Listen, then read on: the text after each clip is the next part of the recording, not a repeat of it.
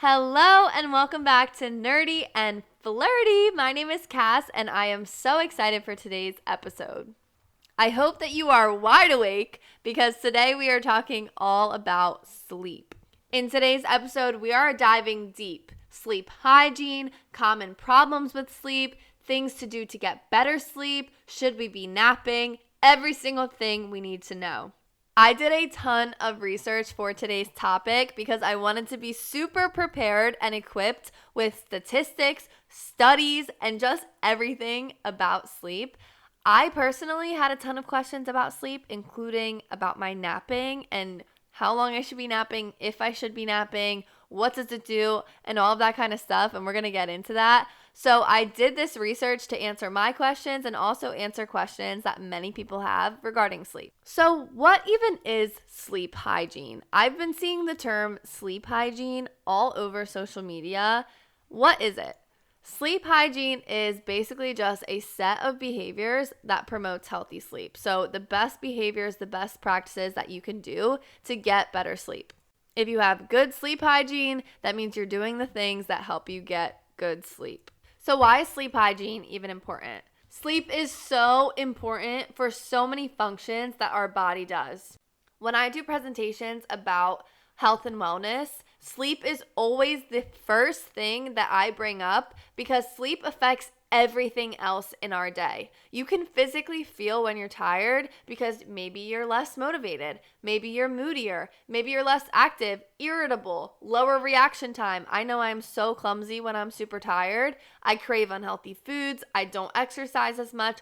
All of these things happen when we're tired. So if you're trying to start a health and fitness journey and you're not getting your sleep in check, it is going to be 10 times harder because we are physically fatigued. We are physically not recovering properly to do the things that we want to do. Did you know that even just 1 hour of sleep deprivation leads to higher chances of car accidents, also cardiac events like heart attacks? This statistic comes from a study that was talking about how even just the time change can impact someone's reaction times and lead to higher chances of motor vehicle accidents, heart attacks, yada, yada, yada. It's crazy because you think that 1 hour is not so bad, but even just 1 hour is significant. Not only is sleep important for reaction time, alertness, etc., but also just our daily body functions that happen while we're asleep. We do things every single day that put our bodies in a more stressed state, such as working out. That puts physical stress on your body, and sleep is when you recover from all of that.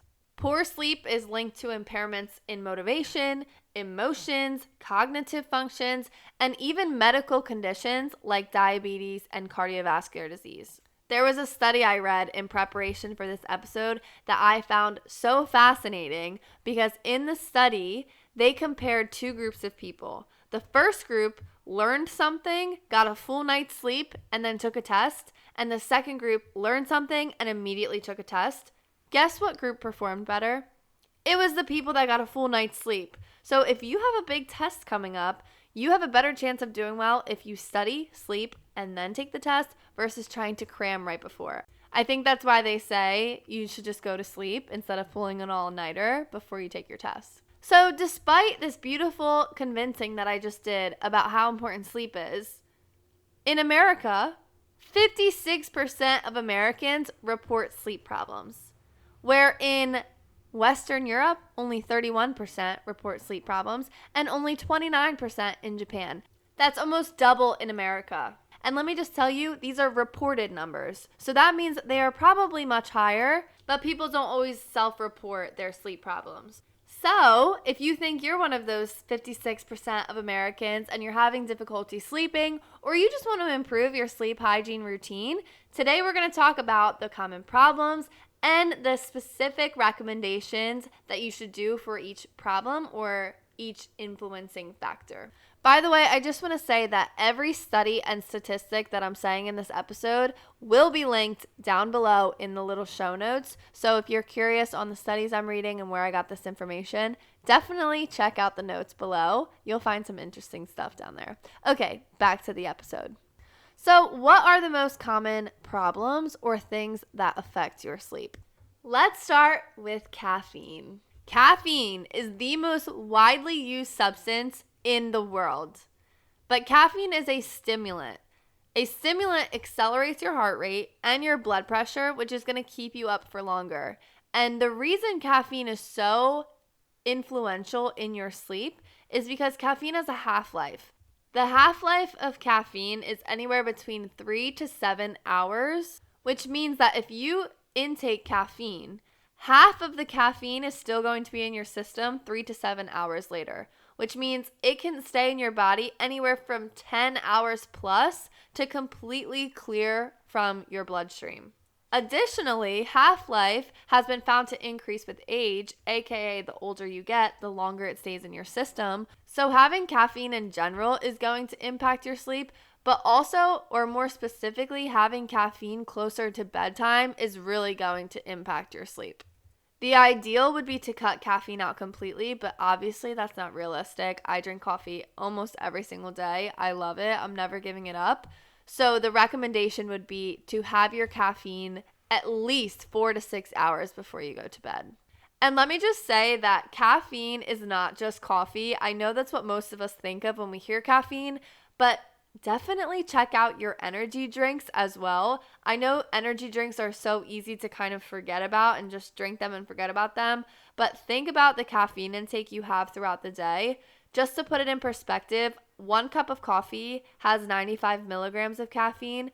A Celsius has 200 milligrams of caffeine, and a Bang has 300 milligrams of caffeine. So if you're consuming a coffee and an energy drink and you can't sleep, that might be an issue for you. So just take into account how much caffeine you're having. When I used to work at the gym, I know it was so easy to just have caffeine all day because we were there at 4 a.m. and it was just easy to drink caffeine all day. So definitely take that into account and consume responsibly. Along with this is nicotine. Nicotine is also a stimulant, which means it accelerates your heart rate, accelerates your blood pressure, and it'll keep you up for longer. Just like caffeine, it would be more ideal to avoid it completely, but if you do consume nicotine, do it at least 4 to 6 hours before bed, just like caffeine, to make sure that you are setting yourself up for good sleep, especially if you already have problems sleeping.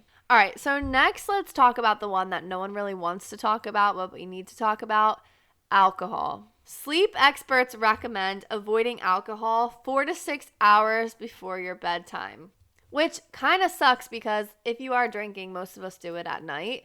But when it comes to sleep, it might be a little bit more ideal to have maybe an afternoon cocktail rather than a nighttime one. That is because there's a common misconception that alcohol relaxes you and helps you fall asleep. How many of us have heard from someone, "Oh, I just need that glass of wine, it helps me sleep better. Oh, I just need that glass of wine to unwind at night."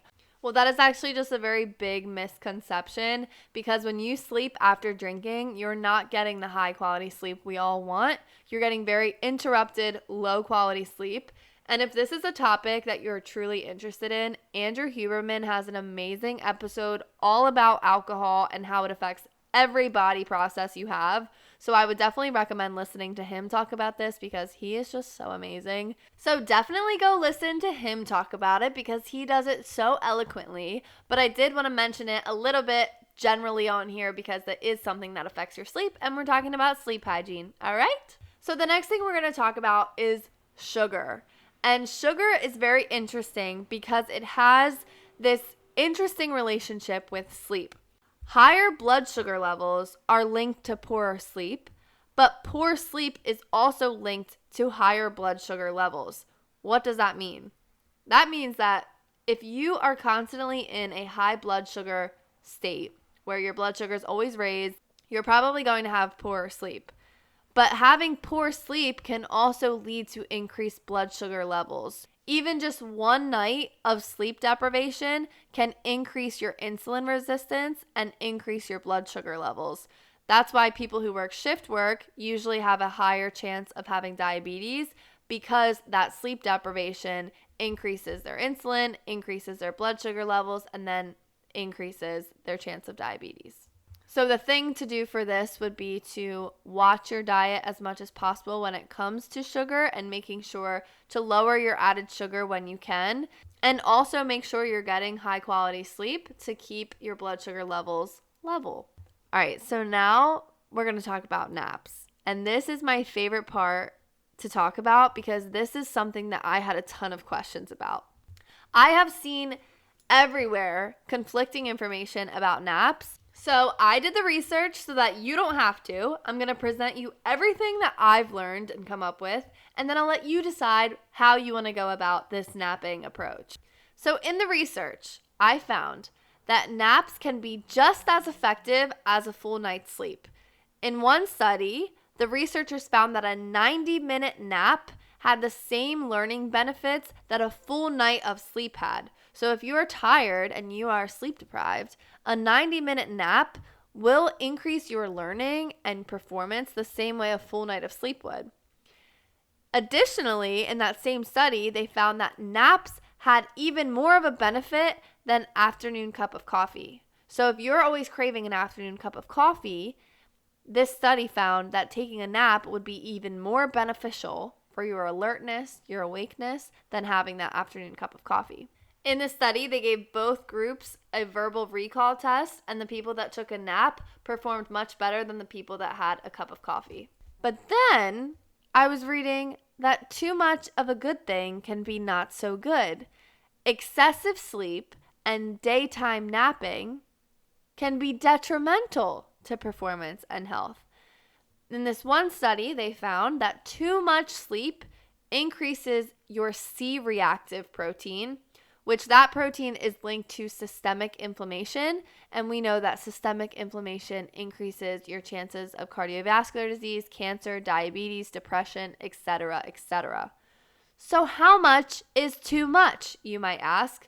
According to sleep experts, the common practice is to avoid naps, especially if you have a sleep disorder, because it disrupts your nighttime sleep. However, if you're going to take a nap, here are the times that you should be focused on. 10 to 20 minutes is a power nap, which I can vouch for because when I take a nap, I will set my timer for 20 minutes exactly, and I wake up feeling amazing. Anything more than that, I don't. Anything less than that, I don't. 20 minutes, sweet spot.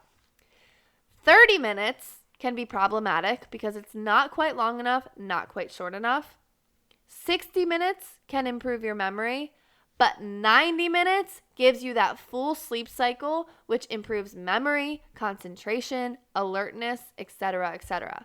So based on those numbers, 10 to 20 minutes or 90 minutes is your best bet. If you can't spare an hour and a half, go for the 10 to 20, nothing in between, because you might feel very groggy and not as good. And then the next question I had is, what did our ancestors do? Did they nap? Like, is it in our human nature to nap? Well, I'm going to tell you. In this one study, the researchers tracked sleep patterns and observed them in these hunter-gatherer groups in 3 different countries, Tanzania, Bolivia, and Namibia. And these hunter-gatherer groups are known to live much like our ancestors did 10,000 years ago. The behaviors, the habits, the lifestyle.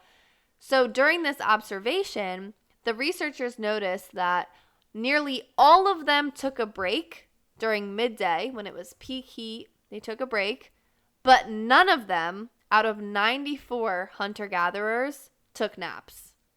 So back in the day, it seems like napping wasn't the common practice for their break.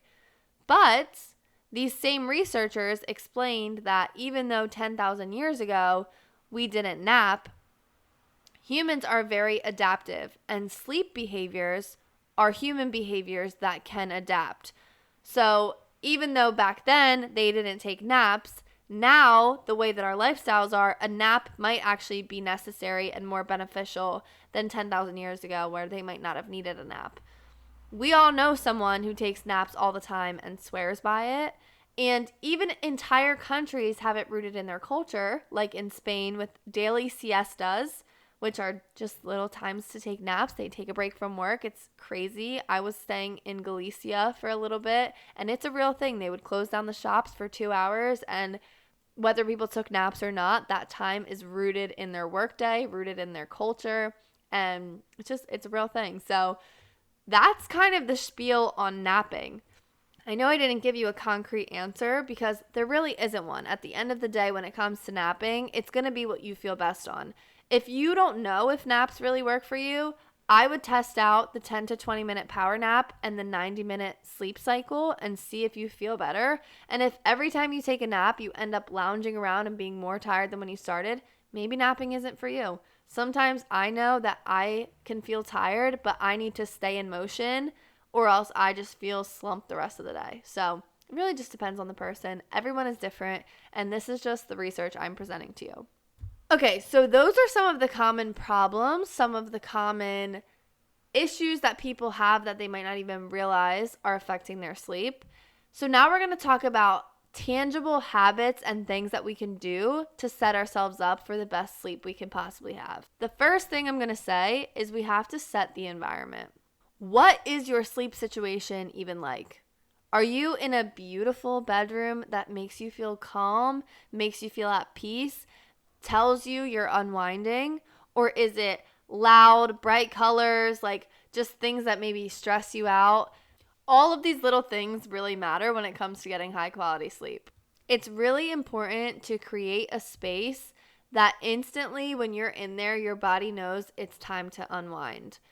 Especially if you work from home, I would try to avoid making your bed your office because your body and your brain don't understand when it's time to work and when it's time to shut it off. So by having your room dedicated to sleep and intimacy only, you're already going to be in that rhythm of sleep time versus work time and having that work-life balance that we all need.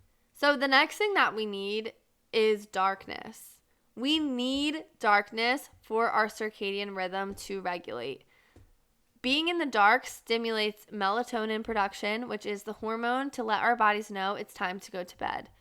We are super affected by light, and also we're affected by our phone lights and our device lights as well, specifically the blue light that's emitted through electronic devices. When we're on our phones before bed, not only is there the emotional impact of whatever you're watching, like TikToks and stressful negative videos, but also that blue light in your eyes is telling your body, wait, am I going to bed or am I staying awake? So when you're cultivating this amazing bedroom space that tells your body to unwind, it's important to make it a space that can be dark to stimulate this melatonin production and tell your body it's time to go to bed. Getting blinds or even better, blackout curtains will help you with that, especially if you work shift work or you work overnight or a rotating schedule. Having that consistent darkness is going to help you sleep better. And if you're really sensitive, get an eye mask and train your body to know, like, when it's dark, I'm going to bed. Next thing is going to be temperature. So when it comes to temperature, I was reading some information, and the ideal bedroom temperature is 60 to 65 degrees Fahrenheit. These temperatures have been proven to help with REM sleep specifically.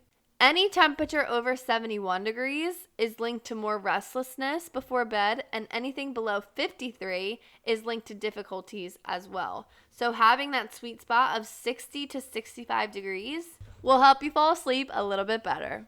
I know I talked about the screen time a little bit already, but something that I do is I keep my phone outside of my bedroom every single night. I set my alarms and I put it outside my bedroom so that I have no choice but to not be on it, and also to get up the next morning when my alarm starts going off. When my phone is outside of the room, I have to get up, I have to make my bed.